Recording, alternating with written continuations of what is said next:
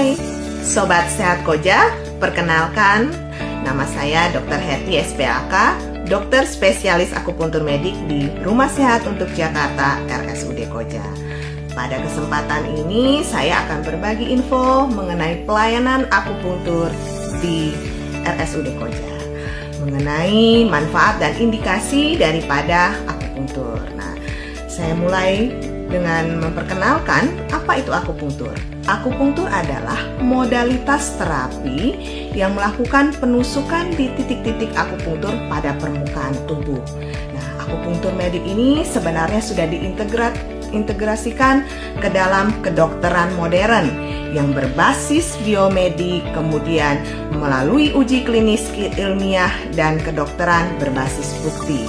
Nah, WHO pun telah menerima dan merekomendasikan akupuntur untuk masuk ke dalam sistem kesehatan nasional.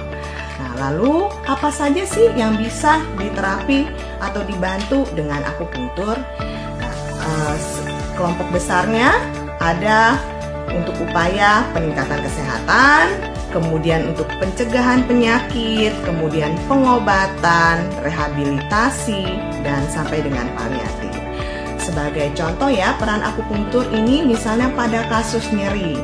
Kasus nyeri kita dapatkan pada misalnya pasien sakit kepala, nyeri pundak, leher, nyeri punggung bawah, nyeri lutut, nyeri lambung bisa juga, atau pada nyeri haid.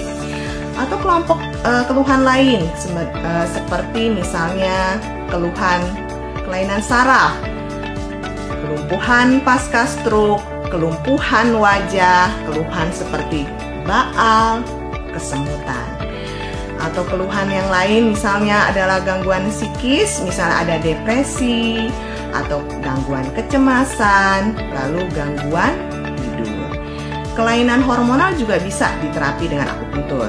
Pada kasus misalnya siklus haid yang tidak teratur, kemudian adanya keluhan pada masa premenopause atau gangguan kesuburan, misalnya kesulitan untuk hamil atau meningkatkan angka keberhasilan program bayi tabung.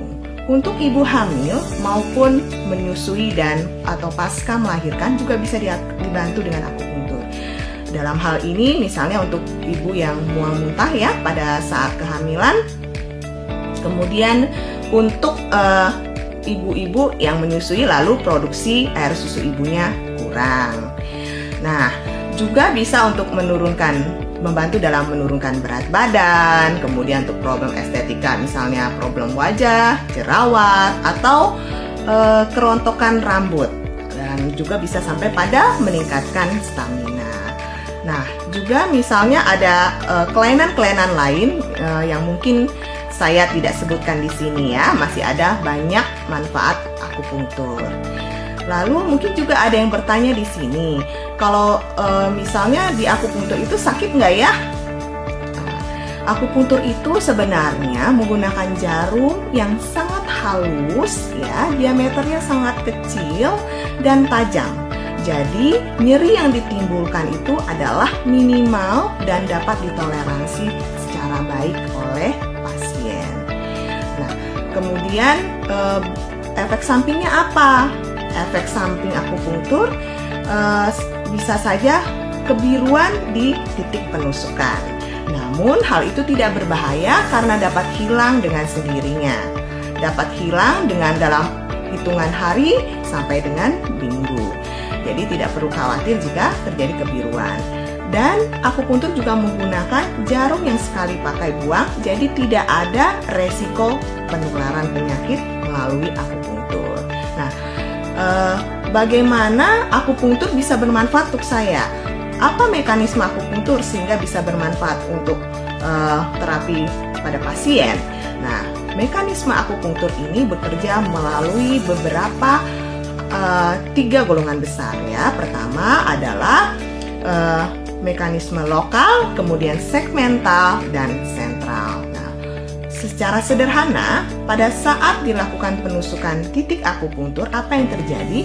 Maka dia akan merangsang tubuh untuk menghasilkan zat atau mediator yang sebenarnya fungsinya untuk meregulasi sistem tubuh. Jadi ada regulasi sistem kekebalan tubuh, kemudian menekan respon inflamasi atau respon peradangan, menghambat perambatan nyeri, memperbaiki sirkulasi darah. Nah, mekanisme ini juga bergantung pada titik akupunktur dan metode perangsangan yang dilakukan dokter kepada pasien. Lalu jika saya misalnya sakit, lalu saya memilih akupunktur, berapa kali saya harus diterapi? Ini juga bergantung pada penyakit pada pasien, lalu kondisi keparahan tingkat derajat penyakit pada pasien.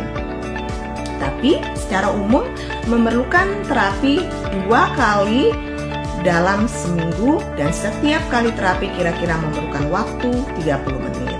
Nah, sebagai contoh ya, misalnya pasien dengan keluhan nyeri punggung bawah yang akut, simple, artinya kasusnya sederhana ya. Ini dapat memperoleh manfaat akupunktur misalnya 1-2 kali treatment, sudah dapat merasakan adanya penurunan derajat nyeri. Namun pada pasien yang mungkin nyerinya lebih kompleks ya, jadi memerlukan sesi terapi yang lebih lama ya. Nah, lalu saya kalau ke RSUD Koja, pelayanan apa saja yang bisa saya dapatkan?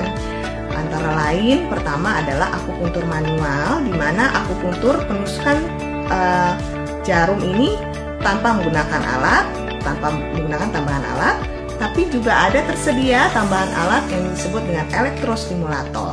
Nah, teknik terapi yang menggunakan tambahan alat ini disebut dengan elektroakupunktur. Tersedia pula modalitas terapi lain, yaitu namanya moxibusi. Moxibusi adalah satu teknik terapi menggunakan moksa, di mana moksa ini akan dibakar kemudian didekatkan pada area tubuh tertentu sesuai dengan kondisi pasien. Nah, juga mungkin sekarang ada yang bertanya tentang sistem pembiayaannya. Apakah akupunktur ini pembiayaannya di-cover oleh BPJS? Sayang sekali saat ini belum di-cover ya oleh BPJS. Tapi harapan kita bersama semoga kedepannya akupunktur bisa pembiayaannya ditanggung oleh BPJS. Saya rasa demikian ya info dari saya. Semoga bermanfaat. Jika ada pertanyaan atau ingin berkonsultasi lebih lanjut, silakan bisa langsung datang ke RSUD Koja. Sekian, terima kasih.